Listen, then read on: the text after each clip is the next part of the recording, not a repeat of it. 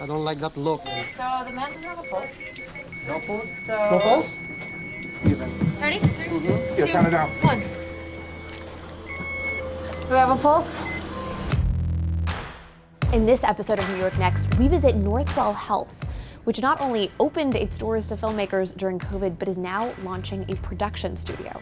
We speak with its CEO, Michael Dowling, about the reality TVification of the healthcare industry. I don't know if there's anybody else in the country doing it. And how he has seen the city change in the last 5 years. New York is being rejuvenated.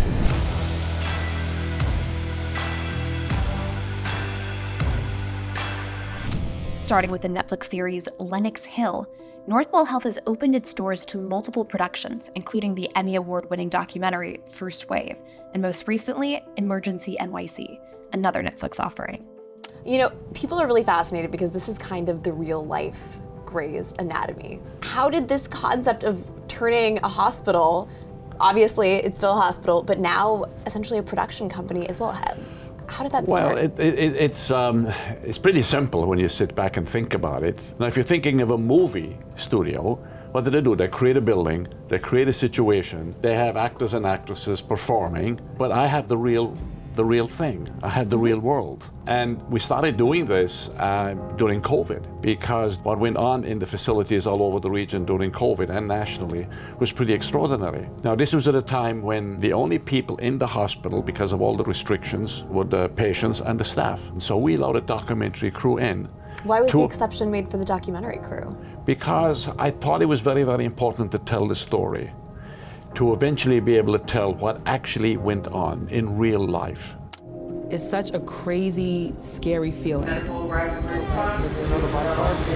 That documentary crew stayed in the hospital for close to 5 months. They did 850 hours of film, and they turned it into an hour and 50 minutes of a documentary.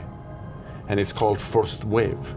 It is something worth seeing because this shows the real life circumstance in a top flight hospital in the height of COVID.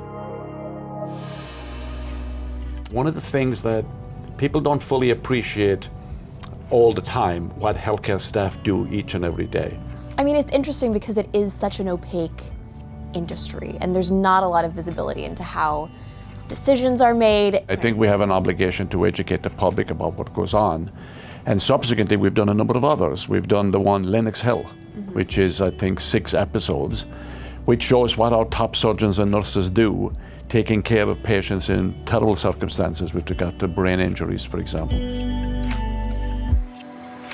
How have you seen the city change in the last 5 years since COVID hit? I love New York City. I think New York City is a dynamic, versatile, innovative, creative place. I remember during COVID, because we were here, there was nobody here during COVID. Yeah. It was us, the police, and the firemen. But New York is resilient. New York has gone through tough periods in the past. People would write stories there a couple of years ago, oh, New York is going to be in problem, New York won't come back. Forget it, New York will come back. New York is being rejuvenated. You just walk around, you see it happening. New York is the world's city. There is no place like it.